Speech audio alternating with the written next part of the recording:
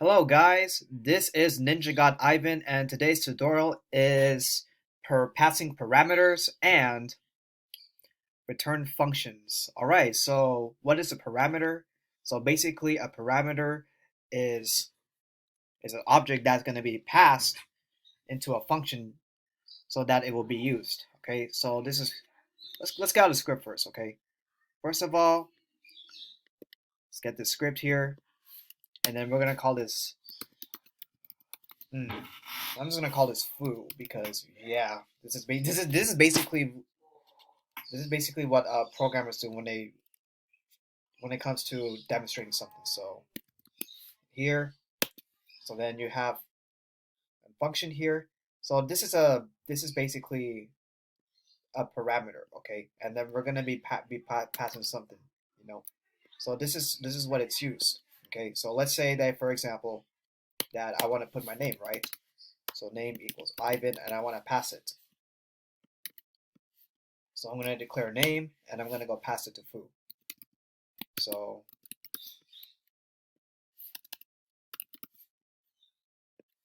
okay, the reason why this is different. Okay, the reason why that we have to pass it is so this way this function knows what's um what it retrieves, right?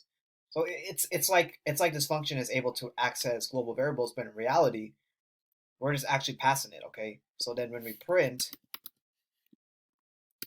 so when we use the print function to say what my name is, so my name is, and then we're gonna go and concatenate. You don't want to concatenate. It means it just basically means sticking, or in other words, just sticking data data values together. You know. So then in this case, in this case, it'll be name. Okay, so it'll be so basically. Let's run this first. Okay, so my name is Ivan. Okay, as you can see, it's printed out. It basically printed the value the string out onto the output. Okay, so this is what it's doing. So I declared my name Ivan. Okay, name, it's going to be passed. It's going to be passed into this function. So basically, we're going to call this function. We're going to pass name. Okay, so think of it as a car and destination, right? So basically, this is the car is here, and the destination is here. Okay, so basically, it's being passed as a parameter or argument. Okay, so in this case, we have one argument. All right. So we're gonna pass this and we're gonna use it to perform something. So that's what the function is doing. You know what? You can have, you can pass in more than one data. So then you can also pass in a value. So then I'm just gonna put 10, and then I can just put val. So as in value. So we can just print out the value.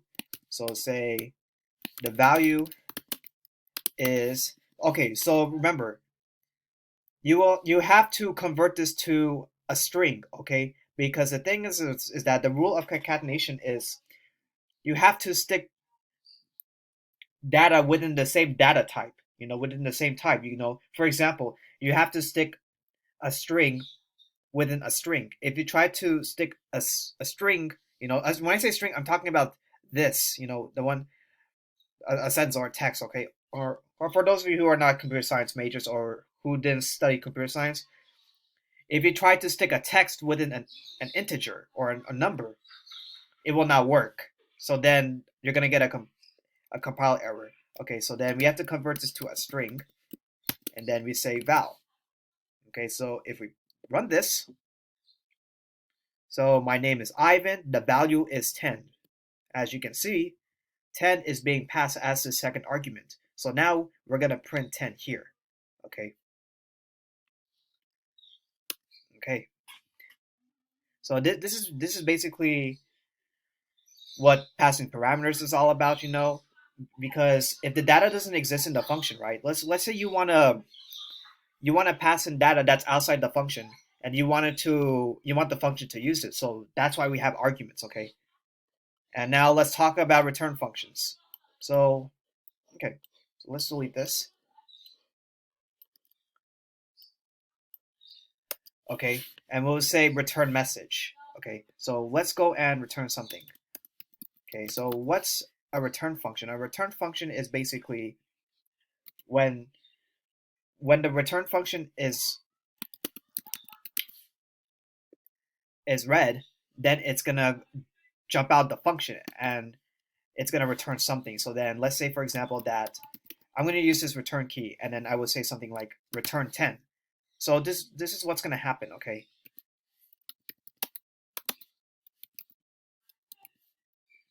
So basically we're gonna so basically this is what it's doing. So we're gonna call a function, right? We're gonna go call a function. The the function is called and it's gonna return 10. When it returns 10, that means that this function it it'll be set to 10. Okay, so in this case, num equals 10. So then if we print it out, if we print out 10, you know, run this. So now 10 is printed. Okay, because oh, whoops, my bad. Hold on a second. Yeah, I forgot to change something. Okay, 20. Okay, let's do 20 instead because we've been using tens and stuff like that. Okay, so run this again. So now it returns 20. As you can see, the num is declared. Is the it's assigned by this function that's called and returns 20. So that means that 20 will be assigned to num. So we're gonna print this and it will be 20. Okay. You don't, you can also return anything, you can also return booleans, you can return true, you can return a string, so return Ivan, it could be anything,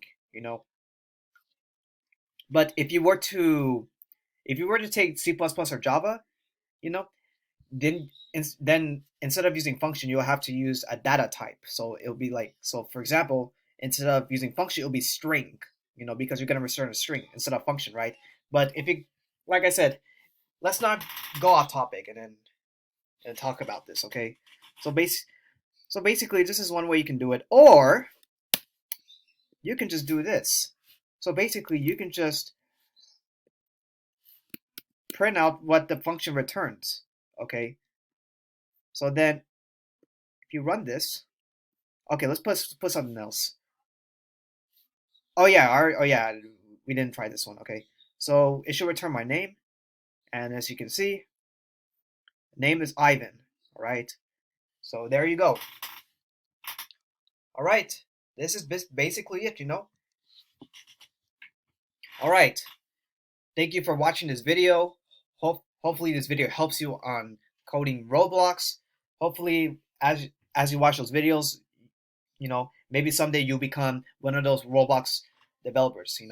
But like I said, just because that these Roblox developers are really good at coding, doesn't really mean that they have a good start when they started coding on Roblox. They're probably like me or like you guys, because you guys are really new to this. You guys aren't experienced. So then hopefully this video can help you on how to use those kind of functions, right? You know, right. So thank you for watching this video. Please comment, subscribe, and if you have any questions, leave a comment below and I'll try my best to answer them. And I'll see you later, okay?